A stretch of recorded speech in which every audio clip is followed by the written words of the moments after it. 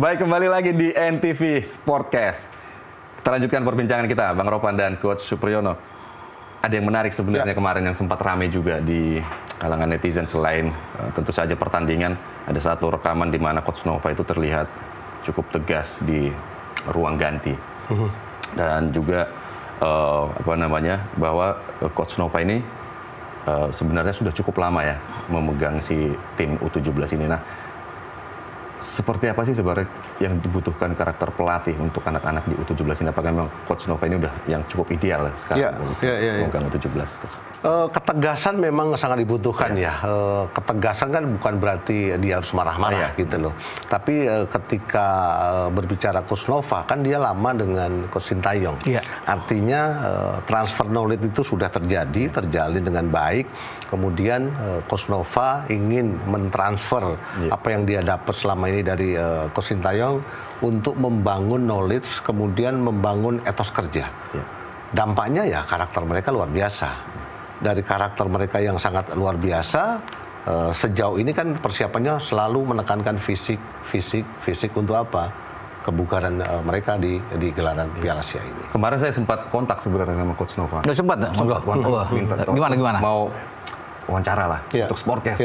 Coach Nova bilang, wah mohon maaf, sekarang untuk wawancara kita alihkan semuanya ke Pak Jaki manajer. Pak Ahmed Zaki. Ya, betul. Dan saya juga kontak Ahmed Zaki juga beberapa kali sih ngobrol. Jadi intinya sebenarnya mereka memang di sana juga disiplin sekali. Bukan hanya pemain tapi pelatih juga. Lalu kemarin juga kita tahu bahwa pemain-pemain tidak diizinkan untuk bermain pakai medsos. HP ya disingkirkan. Ini penting itu. Nah itu. Tidak ada satupun pemain yang kemarin upload, kalau nggak salah upload keberhasilan, kemenangan segala macam, tidak ada. Mereka itu sama sekali fokus dengan pertandingan. Perlu nggak memang seperti ini? Sangat perlu, apalagi di era sekarang kan luar biasa. Medsos itu kan akan bisa mengganggu ritme dalam mengolah waktu, memanage waktu, ya kan, istirahat, kemudian juga dengan banyak membuka media sosial kan pastinya fokus konsentrasi juga akan mengganggu performa dan kinerja mereka gitu loh. Dan ketika di era Coach Fahri pun juga beliau juga sudah menekankan tidak boleh pemain-pemain itu dengan mudah mempergunakan media sosial gitu. Karena pengaruhnya luar biasa tuh, hebat sekali. 2008 juga cukup sukses boleh dikatakan sebenarnya karena lolos 2018 ya, lolos juga ke perempat final. Cuman sayangnya memang saat itu kuota untuk ke Piala Dunia itu cuma 3 apa 4 gitu. Jadi Indonesia tidak bisa melaju ke sana. Waktu U16 ya di tangannya Coach Fahri itu juga lolos sampai ke perempat final. Ya paling kalau bicara HP itu kan selain mengganggu pengaruhnya besar ya bagi pemain-pemain karena memang di zaman mereka masih muda kan. Anak-anak muda itu paling doyan tuh kalau pegang itu barang itu kan HP itu. Jadi memang harus diputuskan dulu itu. Kalau mau ya konsentrasi benar-benar di turnamen. Beda halnya dengan senior mungkin ya. Senior mungkin akan lebih bisa mengontrol atau mungkin mereka tidak terlalu terpengaruh atau bisa menjaga ininya ya, mentalnya walaupun mereka mungkin bermain media sosial. Dampak dari medsos itu kan luas ya. Dikhawatirkan pemain hanya berpikir follower.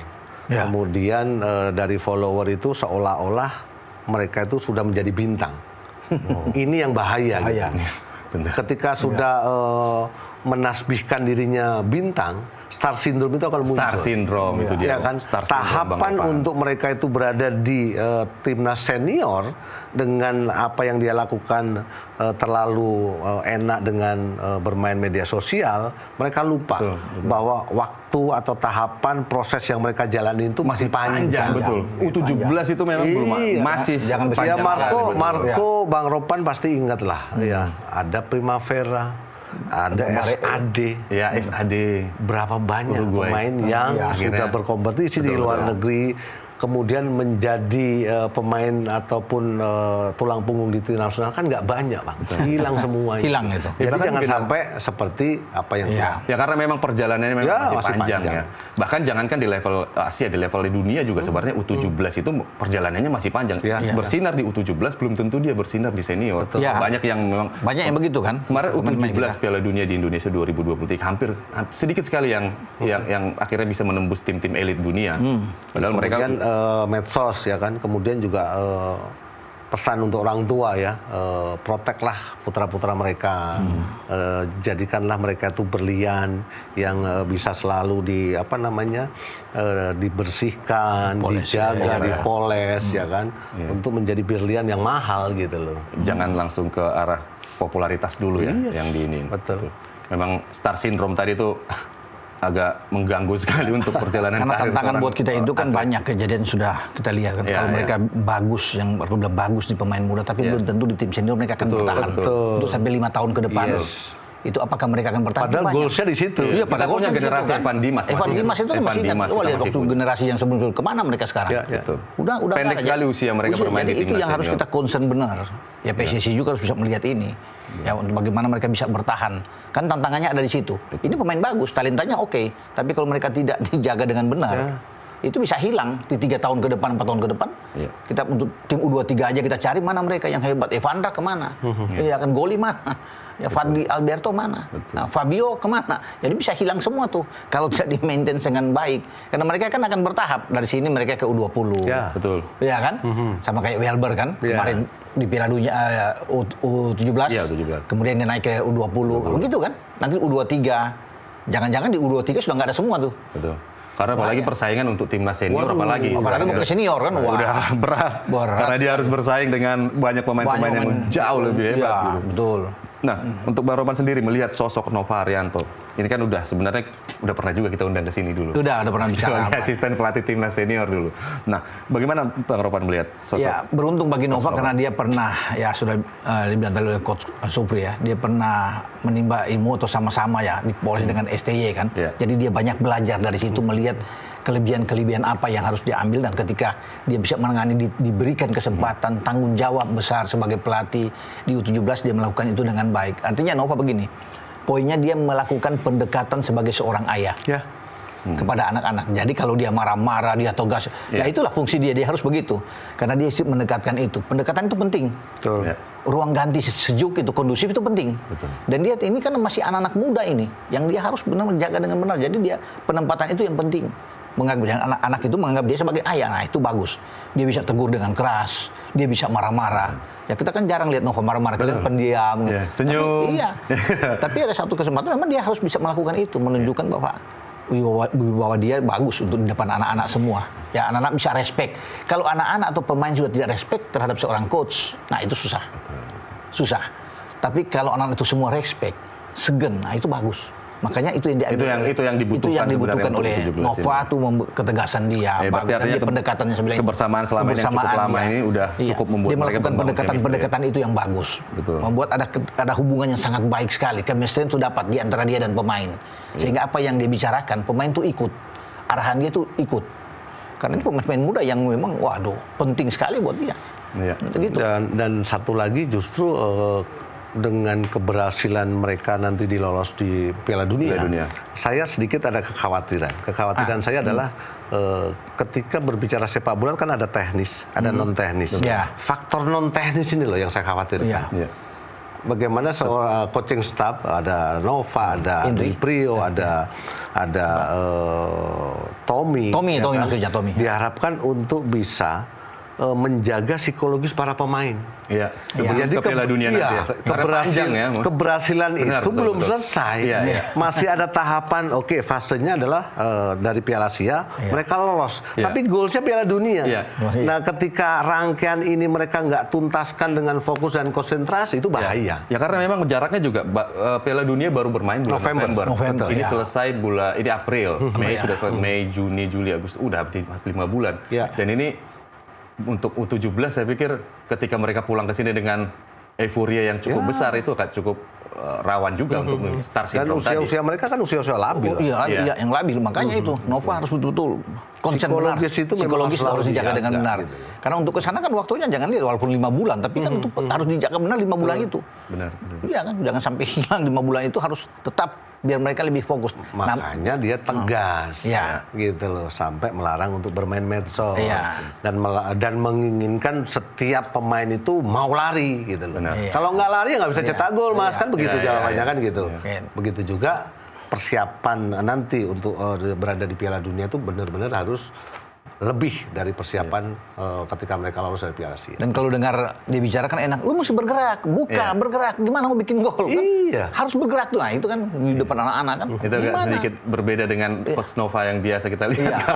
Itu termasuk ini pemain bertahan yang cukup santun sebenarnya Coach Nova kalau main di lapangan, senyum, Sempat dengan selebrasi suster sempat main tuh. Sempat jadi striker. Sempat dari striker tuh di Persib. Betul. Kemudian berpindah posisi di stopper. Dan Dulu kan alhamdulillah kan dua-duanya juga perform gitu loh. dengan selebrasi yang kocak kan dulu kan suster Suster ngesot. Jadi ketika kita lihat dia tegas di dalam ruangan, wah ternyata ini sosok di balik layar dari Coach Nova nih. Nah, berbicara Coach Nova juga, banyak yang mengatakan kan memang dia banyak berinteraksi dengan Coach Sintayong lah. Ya. Itu kan sampai akhirnya di kalangan netizen juga dianggap bahwa ini titisannya Sintayong atau mirip dengan Sintayong. Produknya. Bahkan skema-skema bermainnya. Kalau Coach Supriyono melihat, benar nggak sih sebenarnya? Bahasa titisan itu namanya juga transfer nol. Transfer nol, ya mau nggak mau kan dia akan menjalankan apa yang dia dapat gitu. Betul. Ketika saya itu pernah ditangani oleh Danur Windo, saya akan menjalankan apa yang saya dapat dari Danur Windo. Iya dong. Iya. Jadi normal sebenarnya. Normal dong. Normal. Iya. Catenaccio kita jalankan. Iya. Cuman yang menjadi pertanyaan, mampu dan tidaknya pemain-pemain itu untuk bisa menjalankan Catenaccio, kan itu ya. nanti. Betul. Tapi sejauh ini sih untuk usia 17 tahapannya yang dilakukan oleh Coach Nova dan coaching staff Tommy di Prios sejauh ini dalam rule yang benar.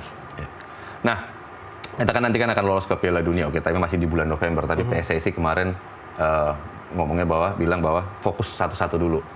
Artinya apa? Mengejar prestasi dulu nih di Piala Asia. Kalau Bang Ropan melihat sejauh mana kita akan melangkah nanti di Piala Asia U17 ini? Iya, kita bersyukur bahwa kita ini luar biasa pencapaian final sudah lolos. Dan kalau kita bilang sejarah ya sejarah. Kita kan belum pernah kalau lolos dari kualifikasi maksudnya. Kalau kemarin itu tuan rumah kita kan. U17 Piala Dunia, lolos sebagai tuan rumah. Kalau untuk Piala Asia kita pernah di semifinal. Iya, bukan maksudnya kalau kita lolos dari fase grup ini dengan 3 kemarin itu kan sejarah luar biasa buat kita untuk bisa mencapai. Tapi kalau bicara peluang Piala Asia ya tergantung lawan kita akan kita hadapi. Kalau kita bisa melewati misalnya salah satu di antara Tajikistan, Oman, mau Iran kayak Tokorut, ini pasti akan diperhitungkan. Kan di situ ujiannya. Sudah nggak bermain lagi di fase grup yang kita masih bisa mengharapkan kita draw sini atau kalah masih ada pertandingan berikutnya. Kalau sudah di sistem gugur kan sudah sekali main langsung out.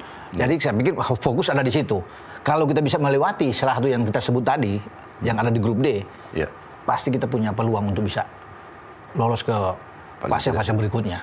Karena kan di situ kan menjadi ujian buat kita. Kita mengalahkan katanya Oman atau Tajikistan. Anak lebih pede semua.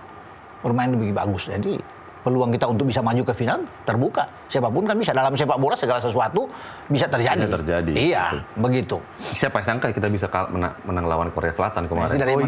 Orang juga melihat di awal-awal pertandingan. Ya mereka gebuk Afghanistan 6-0. Bagaimana nggak menakutkan? Kita kan kemarin susah payah itu walaupun kita sudah lolos sudah aman. Jadi kami punya pengalaman ketika bertemu dengan Korea. Ya kan? Di Pelajar, di Colombo, Sri Lanka. Kita menang 2-0. Dan 2-1. Kebetulan saya cetak dua-duanya. Dan yang luar biasanya, kan kami itu kan tinggalnya kamarnya di lorong belakang. Nah mereka di depan. Jadi mesti lewat. Harus lewatin mereka. Apa yang terjadi? Mereka ditampar, Bang. Kekalahan di Pelajar. Di Pelajar aja tuh. Di Pelajar Asia itu mereka dipukulin. Artinya apa? Sepak bola ketika individu itu mengenakan jersey negara. Itu pride-nya emang ya. Iya, kebanggaan. Baik. Menarik sekali obrolan kita. Tapi kita harus break lagi nih, Coach Supriyono dan Bang Ropan. Kita kembali lagi setelah pesan yang satu ini.